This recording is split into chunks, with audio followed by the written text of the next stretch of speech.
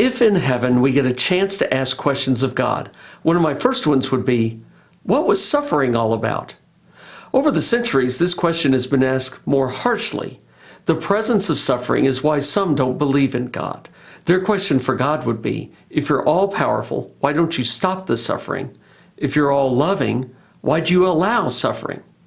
As a Christian, I want to try to answer these questions, and I'll start by saying we don't understand suffering much more than my cat does.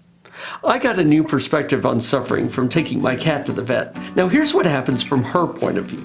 She gets trapped inside a cage, then she rides in a car with uncommon scary noises and movements. At the vet's waiting room, curious dogs poke their noses at her cage. In the examining room, she gets pulled out of the cage against her will. The vet pushes on her organs, checks her mouth, and injects her with a needle. Poor kitty.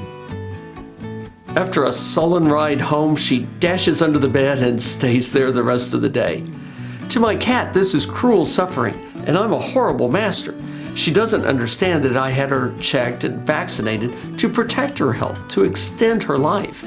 She simply doesn't have the capacity to understand any of those concepts. I would submit that we humans really don't understand suffering much better than my cat. We don't understand why suffering must happen, and we don't understand how good things can come out of suffering. I sat next to a lady on an airplane whose 3 children all had a genetic defect. She and her husband had become board members of a foundation to research this defect. They devoted 2 decades to this foundation. Their suffering produced goodness and positivity and aid in the lives of others who suffered.